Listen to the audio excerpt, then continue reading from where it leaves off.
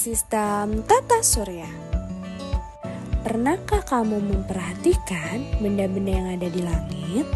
Apakah kamu melihat bulan, bintang-bintang, matahari, atau benda langit lainnya? Bahkan, pernahkah kamu membayangkan ada apa aja sih di atas langit sana? Yuk, mari kita membahasnya.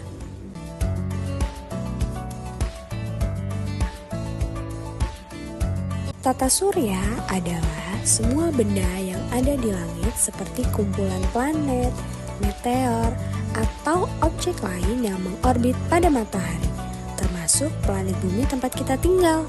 Dari semua benda langit mereka membentuk sistem yang teratur dan matahari sebagai pusat tata surya kita. Lalu, bagaimana cara planet bergerak mengelilingi matahari? Siang dan malam di bumi terjadi karena rotasi bumi, yaitu perputaran bumi pada porosnya.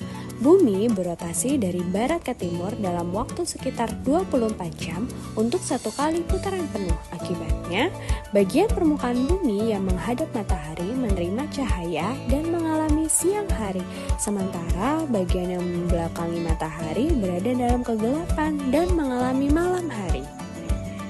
Orbit adalah jalur atau lintasan yang dilalui oleh planet saat bergerak mengelilingi matahari. Selain itu, orbit juga merujuk pada lintasan yang ditempuh oleh bintang-bintang di alam semesta. Dengan kata lain, setiap benda langit memiliki jalur tertentu yang harus diikuti saat bergerak. Setiap planet dalam tata surya kita bergerak mengikuti jalur elips yang mirip dengan bentuk lingkaran yang datar. Ini berarti bahwa jarak planet-planet dari matahari bervariasi saat mereka bergerak di orbitnya.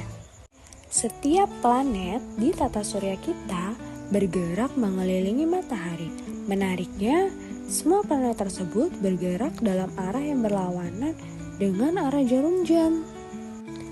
Beberapa planet memiliki orbit yang lebih besar dengan matahari, sementara yang lain berada lebih jauh.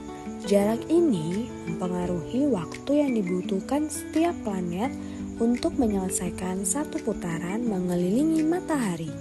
Merkurius dan Venus adalah dua planet yang paling dekat dengan matahari. Karena jaraknya yang lebih dekat, orbit keduanya lebih pendek dibandingkan dengan bumi. Ini berarti waktu yang dibutuhkan oleh Merkurius dan Venus untuk mengelilingi matahari atau satu tahun mereka jauh lebih singkat daripada tahun kita di bumi. Planet bumi membutuhkan waktu sekitar 365 hari dan 6 jam untuk menyelesaikan satu putaran mengelilingi matahari. Waktu ini kita sebut sebagai 1 tahun. Planet Mars dan Jupiter berada lebih jauh dari matahari dibandingkan dengan bumi. Karena itu, waktu yang dibutuhkan kedua planet ini untuk mengelilingi matahari atau masa tahunnya lebih lama dibandingkan dengan tahun di bumi.